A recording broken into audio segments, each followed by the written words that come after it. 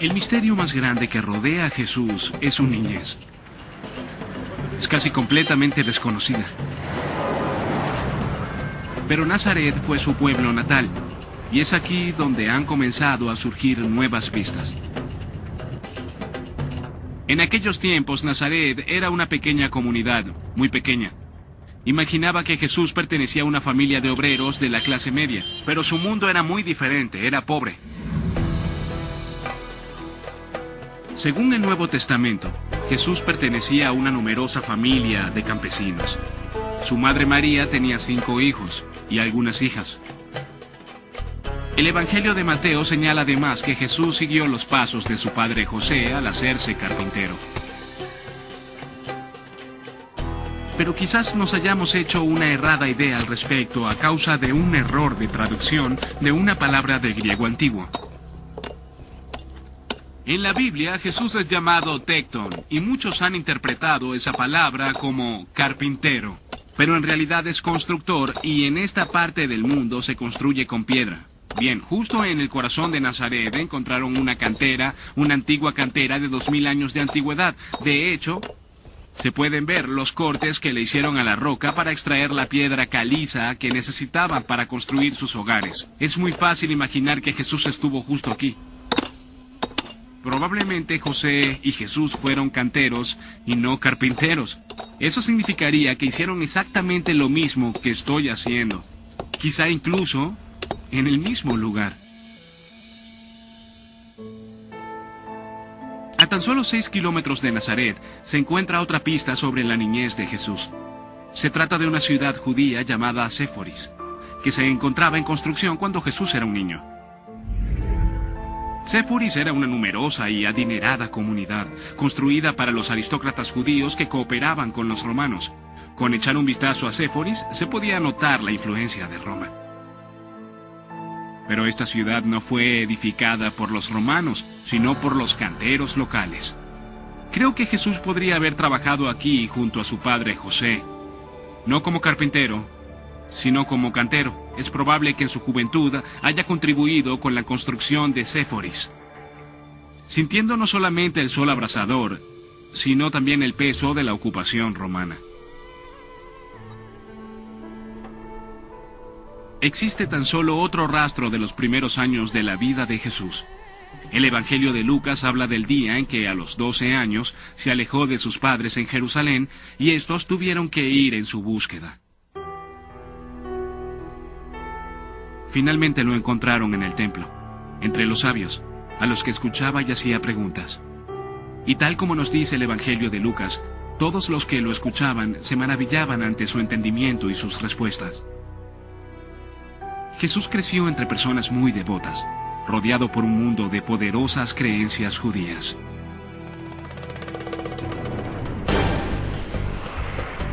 Un reciente descubrimiento ha abierto una ventana hacia ese mundo y quiero averiguar más. Así que me dirijo hacia el este, acompañado por mi buen amigo el arqueólogo Brian Schultz. Nuestro destino es un área remota llamada Qumran, cerca del Mar Muerto. Se trata de uno de los lugares más calientes y desolados de la Tierra. En 1947, las cabras de un pastor beduino se adentraron en una cueva remota en lo alto de los precipicios de Qumran. Según cuenta la historia, el pastor las siguió y se sorprendió al encontrar unos antiguos jarrones apilados en el fondo de la cueva, rotos en su mayoría. En ellos se encontró atados de textos antiguos que llegaron a ser conocidos como los manuscritos del Mar Muerto. Se trataba de documentos de 2000 años de antigüedad, en los que se narraba en detalle las creencias de una secta judía llamada los esenios. Y ahora, los restos de su comunidad de Qumran también han sido desenterrados. ¿Aún crees que eso fue lo que ocurrió en Jerusalén? Quizá el descubrimiento de los manuscritos del Mar Muerto produjo una pequeña revolución en la interpretación del mundo de Jesús. Sin duda se necesita de mucho esfuerzo para vivir aquí en el desierto. ¿Qué los motivaba? Creían que estaban viviendo en los últimos tiempos, que el fin del mundo, como lo conocemos, o como ellos lo conocían, estaba muy cerca. Significaba que Israel ya no sería gobernado por un rey extranjero, que sería el fin del mal. y que Dios gobernaría desde Jerusalén. Creo que esa es una de las principales diferencias. Brian me dice que los esenios vivían las creencias judías de forma radical. Muchos grupos sociales estaban obsesionados con la pureza y con el apocalipsis que se avecinaba. Sin duda a los esenios les preocupaba mucho la pureza ritual. ¿Por qué? Uno de sus textos, capítulo 40 del libro de Isaías, dice: una voz clama, abran el camino de Yahvé en el desierto. Creían que debían venir al desierto y preparar el camino del Señor, es decir, purificarse ritualmente. La Biblia nos dice que para ser puros debemos bañarnos en agua.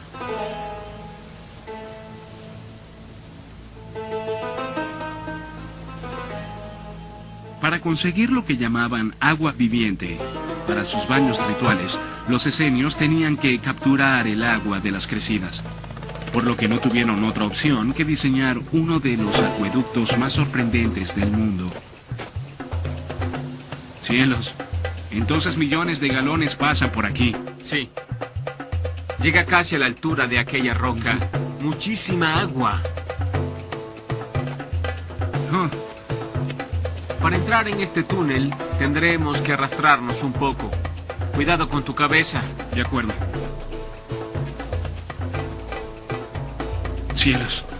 En algunos lugares los ingenieros esenios tuvieron que canalizar el agua a través de la sólida roca para llevarla hasta los baños rituales de la comunidad.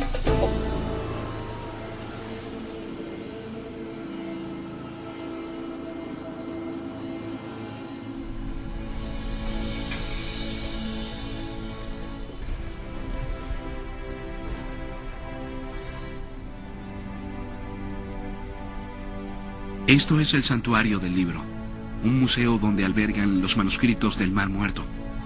Realmente estos textos son invaluables. Nos permiten echar un vistazo al mundo judío del siglo I del que Jesús emergió.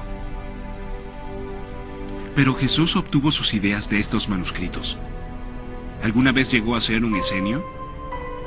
En mi opinión, la evidencia de los manuscritos señala que no. La mayoría de los textos proviene de la Biblia hebrea, que es esencialmente igual al Antiguo Testamento cristiano. Además, hay registros detallados de las normas de la comunidad. Todos dejan en claro que los esenios fueron una estricta y conservadora secta judía que no admitía a los extraños.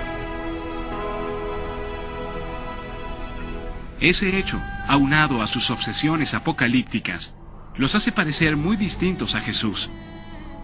Jugaban un rol importante en su mundo, pero él no era parte de ellos. Y aún necesito averiguar cómo Jesús se convirtió en quien fue. Para averiguar aún más, me dirijo al lugar en el que vivió. Enseñó y predicó un mensaje que era original y revolucionario.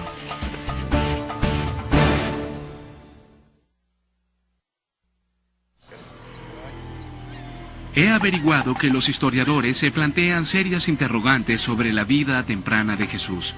Pero de algo están completamente seguros. Jesús vino acá cuando tenía 30 años de edad y empezó a predicar y a curar a los enfermos cerca de las costas del mar de Galilea. Jesús en realidad no predicaba sobre el apocalipsis y no estaba obsesionado con la pureza ritual. Vivió en una época de feroz opresión romana. Pero increíblemente, el suyo era un mensaje de paz.